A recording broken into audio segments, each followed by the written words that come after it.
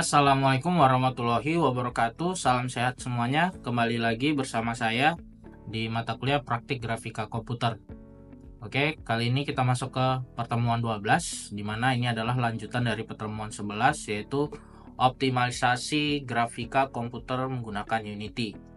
Oke, nah di sini kita akan meningkatkan lagi ya untuk performa grafika komputer dengan teknik optimalisasi di Unity. Selanjutnya nanti kita akan mengenal penggunaan static batching, dynamic batching, kemudian ada occlusion culling dan collider optimization untuk mengurangi beban komputasi. Kemudian kita nanti akan memahami istilah seperti rigid body, kemudian collider dan raw calls. Nah, serta penerapannya di dalam Unity. Oke, optimalisasi grafika komputer itu sangat penting untuk menjaga aplikasi berjalan dengan lancar, terutama pada perangkat dengan sumber daya terbatas atau spesifikasi yang rendah. Nah, dalam praktikum ini kita akan belajar mengelola batch rendering, occlusion culling, dan physical object di Unity untuk meningkatkan efisiensi. Oke, sebelum kita mulai praktiknya, kita akan mengenal beberapa istilah. Yang pertama itu ada draw calls. Nah, setiap kali Unity menggambar objek ke layar, itu disebut namanya draw calls ya. Terlalu banyak draw calls itu dapat memperlambat performa. Kemudian ada static batching dan dynamic batching. Static batching itu menggabungkan objek statis menjadi satu draw call, sedangkan dynamic batching menggabungkan objek dinamis yang menggunakan material yang sama. Kemudian nanti kita akan mengenal rigid body. Nah, ini komponen yang menambahkan simulasi fisika ke objek. Nah, ini memungkinkan mereka bergerak atau jatuh sesuai hukum fisika atau yang lebih kita sering kenal namanya gravitasi. Selanjutnya ada collider. Collider ini menentukan bentuk fisik objek untuk mendeteksi tabrakan, seperti box collider ataupun sphere collider. Oke, pertama kita akan menjalankan atau penggunaan static batching dan dynamic batching. Nah, pertama kita aktifkan terlebih dahulu static batching dengan langsung ke menu ya. Nah, ini kita buka aja project sebelumnya ya, project di 11 terakhir. Nah, itu kita buka aja projectnya. Kemudian kita klik edit ya, edit, pilih bagian project setting.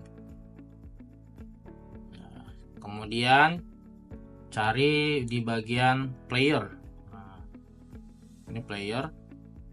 Kemudian pilih di order setting ya, di order setting cari di situ static batching. Nah, ini sudah checklist ya.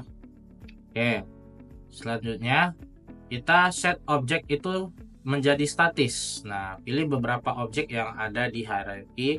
Ini cube. Nah, untuk mengaktifkan objek menjadi statis, kita bisa centang di bagian inspektor. Di sini ada kotak. Nah, static itu bisa kalian checklist. Nah, dan sphere-nya juga kalian checklist static. Nah, sudah di setting ya static. Nah, jadi ini pemilihan material ataupun set untuk materialnya itu akan berjalan masing-masing. Jadi tidak per kelompok karena otomatisnya. Nah, otomatisnya maksudnya di sini secara otomatis batchingnya di sini dynamic. Jadi kalau kita mau terpisah pengaturannya itu kita harus atur di static batching. Jadi terpisah. Nah, kalau di dynamic batching itu sudah pasti kita akan menggunakan material yang sama dengan shader yang sama untuk memanfaatkan dynamicnya. Jadi ini berlaku dinamis. Nah, dengan menggabungkan objek statis dan dinamis, kita dapat mengurangi jumlah draw call. Jadi ini akan meningkatkan performa grafis secara keseluruhan ya. Jadi ini salah satu teknik optimalisasi di grafika komputer. Selanjutnya kita akan menggunakan occlusion culling. Nah, untuk menghilangkan objek tersembunyi. Nah, pertama kita buka di windownya, klik window, kemudian pilih rendering. dan pilih occlusion calling. Occlusion calling. Nah, perhatikan di sini. Di sini adalah menu occlusion calling. Nah, di sini kita bisa menambahkan beberapa objek yang mau kita atur occlusionnya. Kemudian kita bisa mengatur kamera juga di sini. Nah, kalau sudah, kalian bisa buka tab back dan kalian atur parameternya. Nah, dan kalian klik back. Nah, jadi di sini kita memvisualisasikan gimana rendering dari occlusion calling. Jadi mengoptimalisasi penggunaan ataupun renderingnya, meningkatkan performa dari projectnya. Jadi occlusion calling ini memungkinkan Unity hanya merender objek yang terlihat oleh kamera. Kemudian kita akan dapat mengurangi jumlah draw call yang tidak perlu. Oke, ini bisa kita clear kembali ya. Ini kita bisa atur parameternya. Bisa kita clear kembali. Selanjutnya kita akan mengoptimalkan coil leader dan rigid body. Oke, sebelum kita optimalkan di bagian rigid body, kita unchecklist terlebih dahulu ya statik yang kita gunakan tadi, karena kita akan menggerakkan objek berdasarkan rigid body. Nah, ini statiknya di unchecklist terlebih dahulu. Kemudian spearnya juga. Kemudian kalian klik save. Sudah. Pertama kita akan membuat collider sederhana ya. Pertama kita tentukan collidernya di cube terlebih dahulu. Nah, di sini sudah ada ya box collider. Jadi otomatis jika kita membuat suatu objek 3D ya, itu sudah otomatis ada box collider ataupun spear collider ya, tergantung dari yang kita gunakan. Nah, di sini sudah ada. Jadi penggunaan box collider ini sudah otomatis ya. Tapi mungkin kedepannya kalau kalian mau menggunakan, nanti ada istilahnya mesh collider. Nah, mesh collider itu kalian bisa gunakan, tapi dengan penggunaan yang lebih minim ya, karena itu sangat berpengaruh dengan performa dari project ataupun aplikasi yang kita buat. Nah itu sangat memungkinkan ada proses tabrakan. Jadi ketika kalian menambahkan di sini ada mesh collider. Nah, ini kalau bisa dikurangi penggunaannya itu. Oke, selanjutnya kita akan membuat di sini kita akan membuat rigid body ya untuk objek dinamis. Jadi dia berdasarkan gravitasi, maka dia akan bergerak jatuh ke bawah karena proses dari hukum fisika. Nah, bisa kita terapkan dengan mengklik salah satu dari objek 3D-nya, yaitu sama objek sphere ya. Kita mau buat terapkan rigid body. Kalian bisa add komponen, kemudian kalian cari rigid body. Kemudian kalian tentukan massa dari berat sphere-nya. Kemudian jangan lupa di checklist untuk gravity-nya, sehingga kita bisa melihat, menyaksikan langsung proses hukum fisika pada objek sphere-nya. Oke, kita save terlebih dahulu. Terus kita uji. Nah, di sini objek sphere-nya langsung jatuh berdasarkan gravitasi. Dia tidak bisa melayang ya, karena kita sudah menerapkan hukum fisika gravitasi. Jadi dia langsung jatuh ke floor atau plane yang sudah kita buat. Nah, pastikan untuk kita menghapus rigid body terhadap objek-objek statis yang mau kita gunakan. Jadi jangan ada komponen rigid body, karena itu sangat berpengaruh. Ketika diaktifkan, maka dia harus sesuai dengan ilmu gravitasi ya. Kemudian selanjutnya, rigid body ini hanya diperlukan untuk objek yang bergerak ya, ataupun membutuhkan simulasi fisika. Nah, jadi dengan collider sederhana seperti box collider lebih efisien dibanding penggunaan mesh collider untuk optimasi grafika komputer. Oke. Selanjutnya kita akan menggunakan LOD atau level of detail untuk objek yang lebih kompleks. Sebelumnya di pertemuan 11 mungkin kita hanya menggunakan satu objek. Nah, kita di sini akan menggunakan objek yang lebih kompleks. Pertama, tambahkan lagi ya LOD di objek. Nah, sebelumnya kita sudah menambahkan LOD di objek cube. Nah, perhatikan di sini ya. Di sini. Nah, di sini sudah kita terapkan beberapa LOD. Nah, untuk itu kita perlukan untuk membuat objek yang bisa dibilang kita terapkan di LOD berikutnya. Misal kita terapkan untuk objek sebenarnya di LOD 1, kita mau membuat objek yang lebih jauh ya. Ketika kamera menjauh, kita mau buat objek yang lebih kecil. Nah, kita untuk yang LOD 0 itu kita terapkan objek yang real ya, yang objek yang ukuran sebenarnya. Untuk LOD 1 atau 2 kita buat objek yang lebih kecil. Pertama kita duplikat dulu ya untuk cube-nya. Nah, ini kita duplikat dulu cube-nya.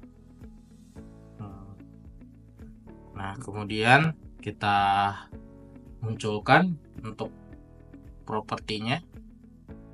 Nah, tadi kita window. Nah, ini auto occlusion. Nah, ini kita layoutnya kita atur lagi ya. Oke. Nah, kita buka untuk cube-nya. Nah, cube-nya kita ubah ukurannya. Pertama kita ubah untuk positionnya ya, posisinya sama ya, dan untuk ukurannya bisa dibuat lebih kecil ya, lebih kecil dari detailnya. Nah, misalnya ini scale-nya 0, ini 1, kita bisa rubah di 0,5. 0,5. Nah, ini juga 0,5. Nah ini kita terapkan di LOD yang tadi ya.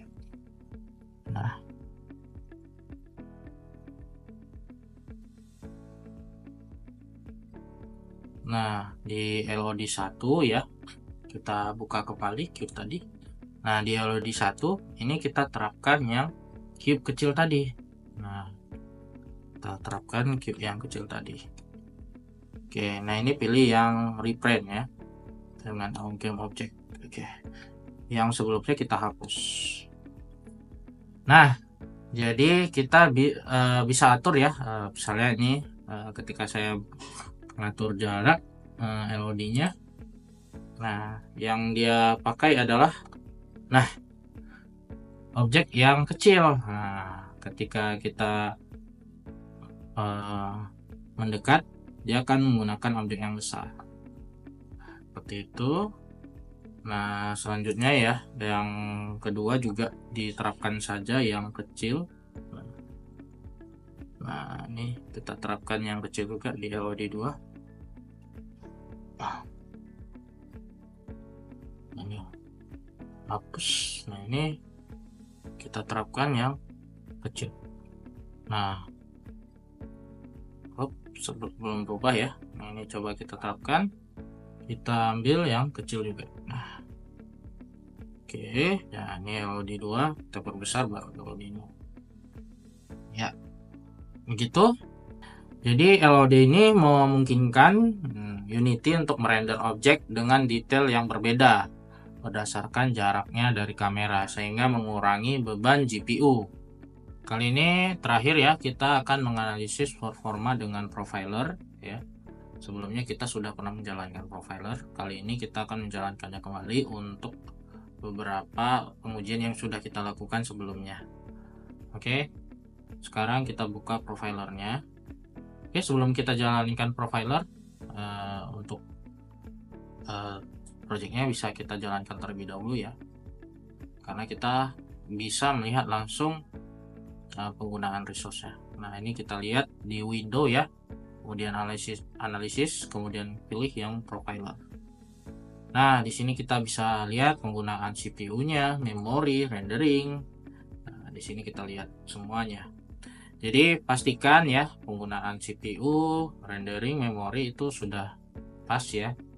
Jadi misalnya ada kemungkinan ya, misalnya ada pemberatan di satu resource sumber daya, nah itu bisa kita identifikasi ya, kemungkinan ada bottleneck. Nah, mungkin bisa kalian cari area-area yang memakan sumber daya tinggi. Nah, analisis lagi solusi untuk optimalisasinya. Nah, jadi kan profiler ini membantu kita ya untuk menganalisis kinerja dari aplikasi ataupun game yang mau kita buat secara real time. Jadi kita dapat mengidentifikasi langsung ya area yang memerlukan perbaikan. Jadi yang sebelumnya kita buat nih tahap-tahap seperti batching, function calling, collider, rigid body. Nah, itu bisa kalian atur di sini sebelum kita build aplikasinya atau gamenya gitu. Oke, berarti dengan kita mengecek profiler, berakhirlah untuk pertemuan 12 untuk optimalisasi grafika komputer lanjutan. Nah, di sini kita sudah mempelajari bagaimana mengelola batching, occlusion calling, collider, rigid body, dan LOD untuk meningkatkan performa grafika komputer di Unity. Nah, teknik-teknik ini penting untuk memastikan game atau aplikasi yang kita buat itu berjalan dengan lancar tanpa mengorbankan kualitas visual ya. Seperti ini kita lihat stabil di 60 fps. Jadi kan gambar lebih bagus ketika fps-nya tinggi. Ketika kita mengalami down fps, nah itu sangat mengganggu ya, karena visualnya tidak rapi lagi penggunaannya, gambarnya masih patah-patah begitu. Jadi dengan optimalisasi yang tepat akan menghasilkan aplikasi yang lebih efisien dan responsif. Terima kasih. Saya tutup untuk pertemuan 12. Assalamualaikum warahmatullahi wabarakatuh. Salam sehat semuanya.